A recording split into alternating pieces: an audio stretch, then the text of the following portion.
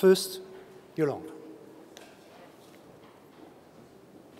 You may want to stretch a little bit here. I mean, we are, you know, just yes, there you go. Stretch your arms, just roll your shoulders, and think, you know, close, right, yeah. My co-chair of the working group on Education and Fragility, Professor Sarah Dryden-Peterson, is from Harvard University, is there, and she was the first to roll her shoulders and stretch her. So even at Harvard, they do these things. Thank you for a very constructive panel and the support that you give to these principles. The title of this symposium is Why and How. I just want to say a little bit about the why, and then the how is going to be what my colleagues are going to present. Why do we want to make education more sensitive to conflict? I mean, Carol and David spoke very eloquently about it. But we have done this research. We have done evidence now. We have done the advocacy work that comes with it. We have looked at the policies. We have looked at the data. And now we know what we're talking about, and we know what we can do, and we know what we cannot do. But the why, the first thing we want to do is not to do harm. We don't want to do harm. And when we design education programs, we never intentionally do harm. Yet, when you go in the field, you realize the mistakes that we've made. And then it's too late. And that's why prevention comes in. Why didn't we think of this earlier? Why did I build a school in the area that I know was going to be bombarded the next day, and it happened? Why did I let all the Hutus go to school and not the Tutsis? Why did all the Tutsis go to school and not the Hutus? And so on and so forth. And you don't know that until you ask the right questions. And these are the right questions that we're going to help ask. We know that education can pour oil on the fire of war and conflict. Education can promote hatred. We talked about it. It can promote violence. A school will reflect what happens in society around it. So if there's violence in society, there will be violence in the school. If there's corruption in society, there will be corruption in the education system. If we don't tackle drivers of fragility, whether hatred, whether it is violence, whether it is corruption, all our investments in education will just go to naught. And that's the last thing we want to do. Corruption is an area that is difficult to tackle, yet we know that it is more difficult to address it in environments that are affected by conflict. When you go to countries where you see that 75% of the teachers have bought their teaching certificates, and you try to get them to teach how to subtract 57 from 239, and they cannot do it, yet they have a teaching certificate that they can show, and they're teaching second grade, you're asking the question, why? Is it because of the training? No, it is because someone sold a certificate. Someone sold a diploma of education to a teacher who ends up teaching in second grade, but that teacher cannot read or cannot write. And I saw it 3 weeks ago in my own eyes, but we've all seen it here. And so how do we tackle that? This is the invisible part of working with an education system. And that's why we don't want to do business as usual. So that's the why do we want to mitigate, why do we want to use education to mitigate those vulnerabilities, the fragility? We know that education can promote peace, but once we get children to work together, it does not matter where they come from. It doesn't matter what tribe, what ethnic group, what religion, what color, what geographic area they come from. They have to work together. And it can only happen, not only, but it will mostly happen in the 8 hours a day of schooling, 8 hours a day if they're lucky. So it can promote social cohesion. Education can also help strengthen an education system that needs to be rebuilt. Management information systems for teachers, for instance, is something that we don't do very well. We don't help support that very well. Yet we know that in countries that have been affected by displacement, by violence, teachers have left. Teachers have been killed, teachers have been wounded, teachers have left. We end up recruiting the good souls that are ready to teach. We recruit volunteers, we recruit paraprofessionals, and we do whatever we can to stabilize the education system. But in order to really stabilize it, you need to have the right tools in place. And a good management information system for teachers, a human resource management information system, is something that can help reduce the size of the loopholes that we see within the governance of the system. So that's also why. Why do we want to have a conflict-sensitive approach? To help rebuild a system after stabilizing it. Then the question is, well, fine, how? And a lot of you have asked us, well, how do you do it? And that's where we come in. This working group on education fragility has all the NGOs in the world that work in education in conflict-affected countries. It has the academics. It has the Harvard universities of the world, and all the others, sorry. It has Florence, it has Amherst, it has the top-notch experts in the world coming together. It has the UN families, it has representatives from different ministers of education that we've all worked together to come up with these tools. We worked on it for 18 months, non-stop, but after doing a lot of assessments, a lot of research beforehand. And we now have a toolbox. We're only going to present you one tool from that box, but there's a toolbox. The INEE guidance notes that you've all received is one part of the tools that we're presenting. USAID, that's my USAID hat, but we have in draft form a lot of similar tools, and the one that we're going to present today is part of this common effort. I spoke earlier about harmonization, and that's what we are for. Everything that we're presenting to you today is the result of a common work from 28 different agencies that really represent 9,000 people worldwide through INEE. So we're going to present you with the tool we came up with, and we can only encourage you to use it. Some organizations are already using it, but please use it. Please take a look. Please take it home with you to your ministries, to your agencies. See if it makes sense, make it better, and change the world.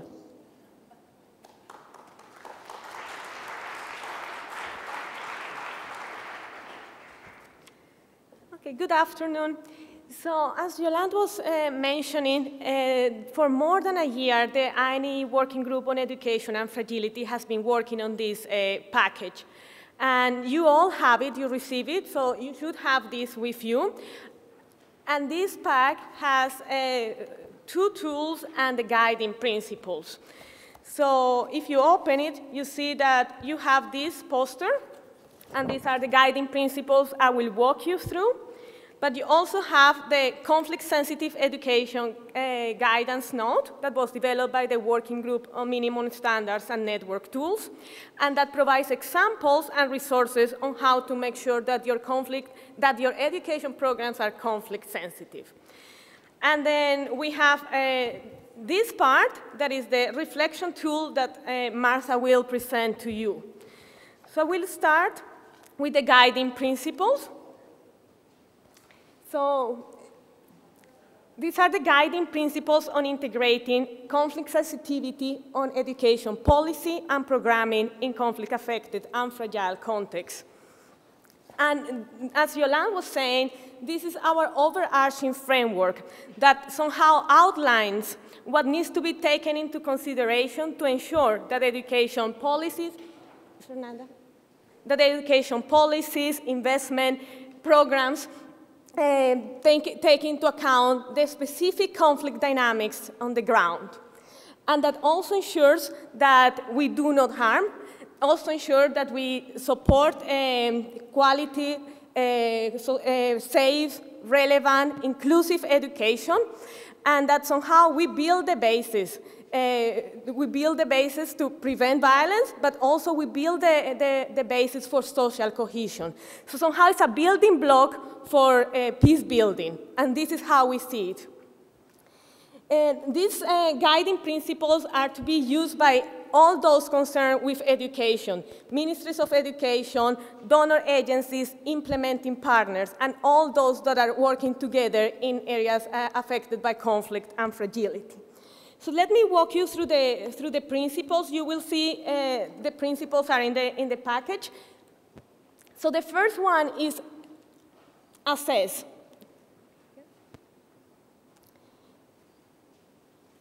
Again. Okay, so well, we try to make it interactive, so you see some photos coming up there. But assess, and this is the fundamental principle here. Make sure that your education interventions are informed by an education and conflict analysis. Normally, the education programs respond to the needs of the population. We are trying to shift the approach. It's not only the needs, it's also about the causes of conflict in those contexts. And make sure that to understand what are the historical links between education and conflict, how conflict affects education, how education can mitigate conflict, how education can exacerbate conflicts through biased curriculum, through the provision of education to certain groups of the population to favor one group over another, and most importantly, what can be done to ensure that education doesn't do harm. Details matter here. What, why, how? What are the specific causes of conflict, and what are these interactions between conflict and education? The second one, do no harm. So Yolande was mentioning this important one. And as you see, we have several points here. I will just walk you through this very quickly. But basically, what we are saying here is that education cannot reflect or perpetuate gender and social inequalities. That education should be conflict sensitive, and that the implementers of education programs should provide conflict sensitive programming. That education shouldn't be manipulated to promote hate or racism or segregation. That community participation is extremely important. That a community should be engaged in the development, in the design, in the development, in the implementation of education programs. And that education should respond to the specific needs of the population. And this is very important. We cannot apply one program here and in this other region. We need to look at the specific of the context and try to customize the programs according to those specific needs. The third one, prioritize prevention, and this goes with what we were saying before and some comments that, of course, we want to respond to the needs and to this conflict dynamics, but we also need to prevent, and this is extremely important. The protection of children, of young adults, of education personnel in conflict-affected and fragile contexts is extremely important. The protection of the infrastructure, of the learning environments, also important. Provide alternative education for those children, youth, and adults that haven't had education, been out of the education system for some time. And educate on the risks of landmines and exploded ordnance, and build emergency response. So if I want to summarize this slide for you, I would say protect, prevent, prepare, and plan. So protection is very important, the prevention also, but also to prepare in case there is an emergency and conflicts arise, and plan for that. The fifth one, promote equity and the holistic development of the child as a citizen. So you will see when we talk about these principles, intentionally we have left certain parts or points in each principle repetitive, because there are certain principles that are important: equity, community participation. So again here, promote equitable distribution of services along the different identity lines: geographic, gender, ethnic, religion, language.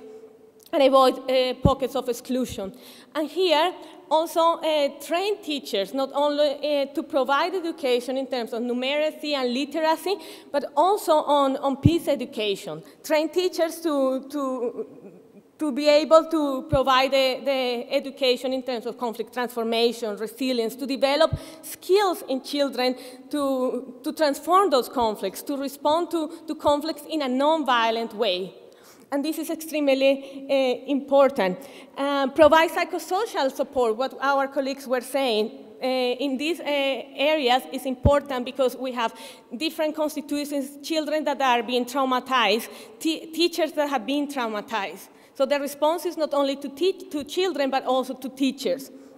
And of course, again, involve parents, communities, local leadership. We cannot work alone. Education cannot come and try to do things by itself. The community is there, and the community is there to help us build education. The last one,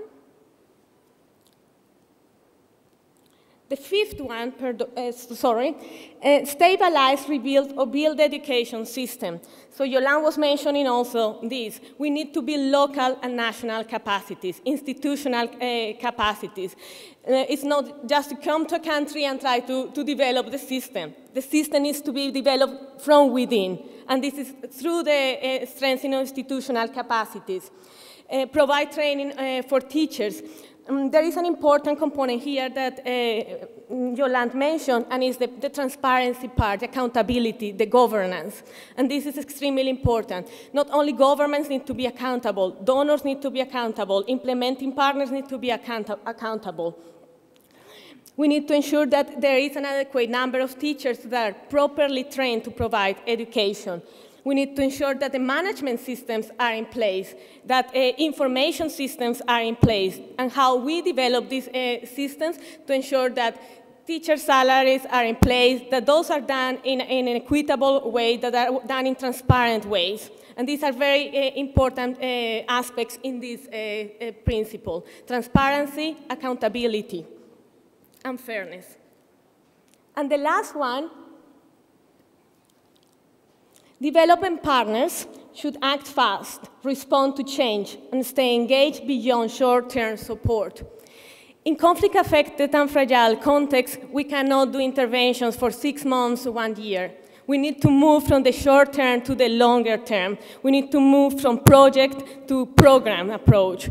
Normally, we come with the idea of a project, and we think that this will help. But what we need is a programmatic approach that can help us work together, coordinate efforts with the education clusters, with the local education groups, with the different partners that are on the ground.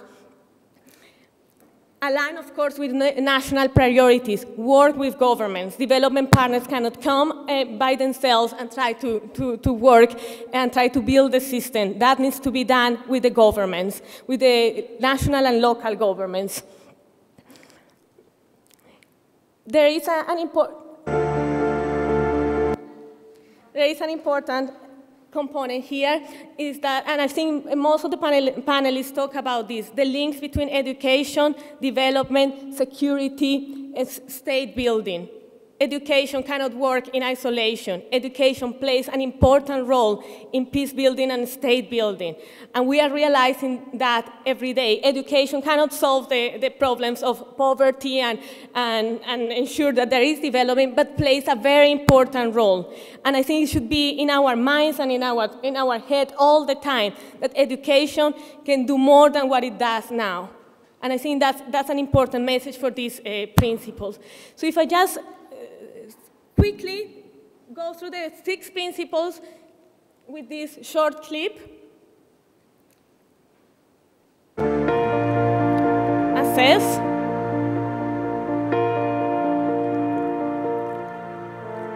Do no harm.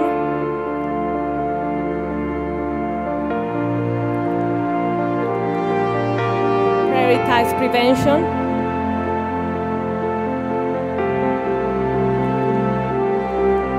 Promote equity and the holistic development of the child as a citizen. Stabilize, rebuild, or build the education system. Development partners should act fast, respond to change, stay engaged beyond short-term approaches.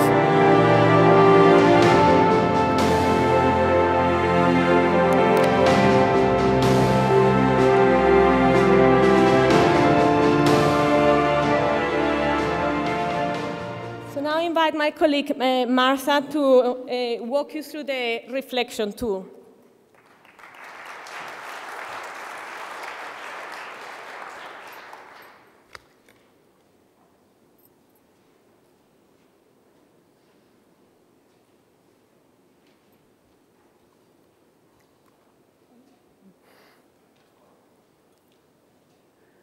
Okay, good afternoon. My name is Martha Hewson and I work for Save the Children. So now, as Malu said, we're going to look at the reflection tool, which is part of the 3 tools in this pack. Oh,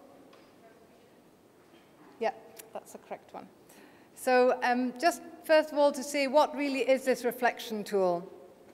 This reflection tool was developed by 26 organizations in the INEE Education and Fragility Working Group, and it's based on our experiences of implementing quality education programs in these kind of contexts. It's designed primarily for education program staff and other stakeholders to support the integration of conflict-sensitive education at all stages of the program cycle. As you can see here, principles of community participation, equity, access, quality, relevance, and protection are included across the tool, and they're based on the INEE minimum standards.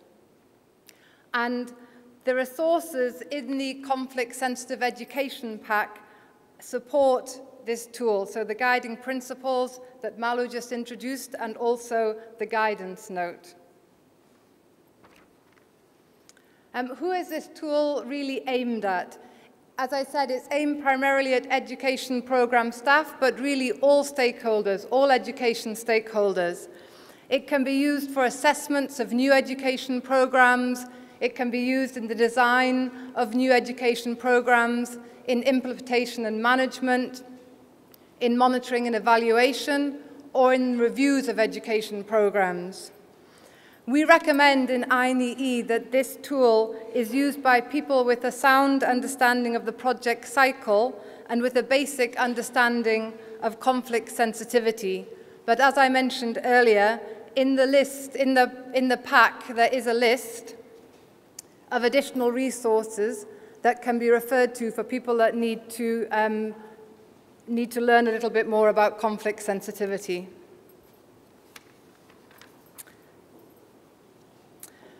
So what does it look like? The questions in the reflection tool are grouped according to the project cycle. And the idea behind this tool is that people can select questions according to the relevant stage of the project cycle that they are in. They might not all be relevant. You might not be able to answer all of them, but the idea is you can choose and select which ones are relevant to your program according to what stage of the project cycle you're in, and others can be left to be answered at a later stage if appropriate. So what does it look like? And I would encourage you all to now take it out of your pack and look at it so we can all have it in our hands. And if you just open the first page, this is just to give you an idea of what it looks like. So as I mentioned, the questions are grouped according to the project cycle: the assessment phase, design phase, implementation and management, and monitoring and evaluation. And for example, if you turn to page 4 and 5, you can see under the design phase, we are looking at questions around beneficiaries, questions around contingency plan, timing. If we turn over the page, we look at the all-important community participation and coordination. Also, if we look here, we can see under program cycle implementation and management, we can see questions around access, If we look on page 8 and 9, we can see questions about teaching and learning and teachers and other educational personnel. So I would encourage you, after this is finished, or maybe even during the break at coffee, if you're so inclined, to really take a more detailed look at this.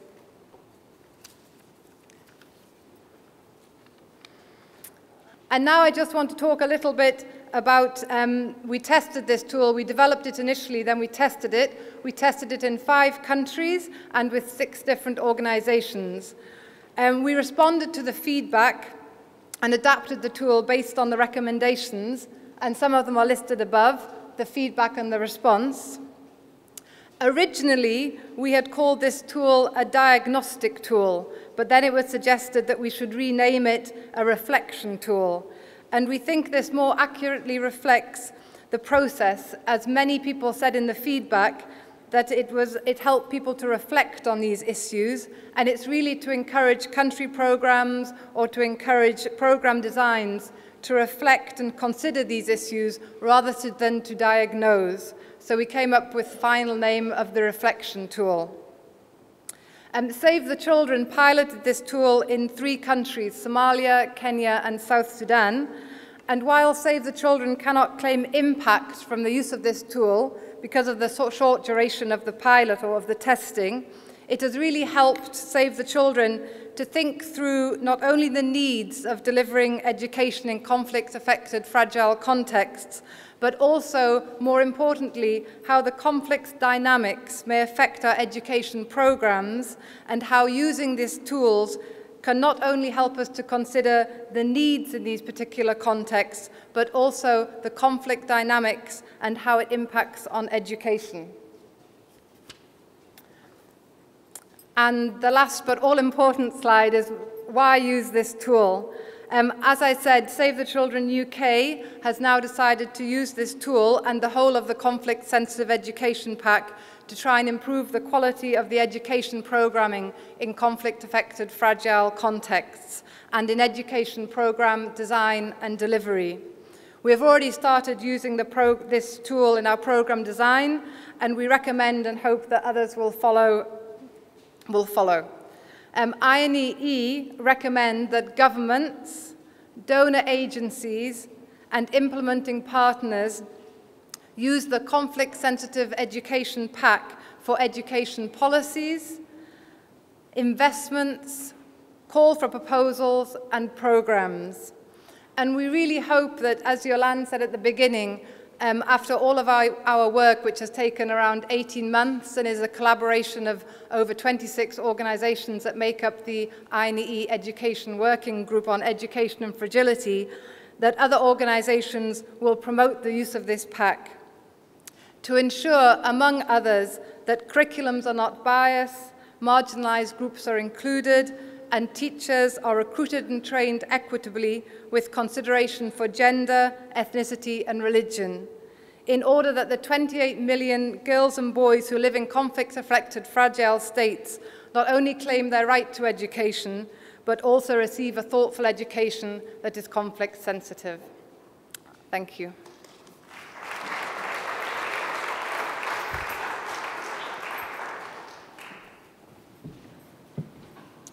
Thank you very much indeed to Yolande, to Maria Lucia, and to Martha for a really interesting presentation of the INEE guiding principles and tools to support conflict-sensitive education. We will have an opportunity for comments and questions on this pack after the next session, at the end of the next session. For now, we're going to go to coffee. Please start moving back into the room at 4:25. We will start sharp at 4:30. The first person will start speaking 4:30. Please don't be drifting in as the first person is speaking. Thank you very much. Coffee now outside.